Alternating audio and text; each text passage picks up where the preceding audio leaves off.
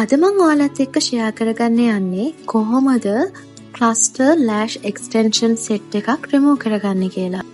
ඔයාලට මේකට වෙනම glue එකක් ගන්න එනවා. ඒක oil based product එකක්. මේ විදියට bond එකෙන් හොඳට ඔයාගේ ඉතුරුලා තියෙන lashes ටික ඇහෙන් එළිය පැත්තට පීරන්න. එහෙම පීරද්දී glue එක දිය වෙන්න පටන් ගන්නවා. ඔයා වැඩිපුර bond or seal use කරලා තියෙනම් ඔයාට පේනවා මේ විදියට ඇහැ උඩ මකුණු දැලක් වගේ බැඳෙනවා. සමහර වෙලාවට ඔයාට මේ lash remover එක use කරලා මේ තත්ත්වය manage කරගන්න පුළුවන්. but ගොඩක් වෙලාවට ඉතින් remove කරලා ආයෙ දාන එක ලේසියි. මතක තියාගන්න මේක කරද්දී ඇහැට damage වෙන්නේ නැතුව කරන්න. ගොඩාක් හයියෙන් lashes pull කරන්න යන්න එපා. lashes ගැලවෙනවා.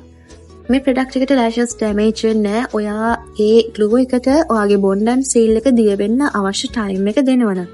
ඉතින් මේ තියෙන මගේ natural lashes එහෙම ලොකුවට ගැලවුණේ නැහැ අද.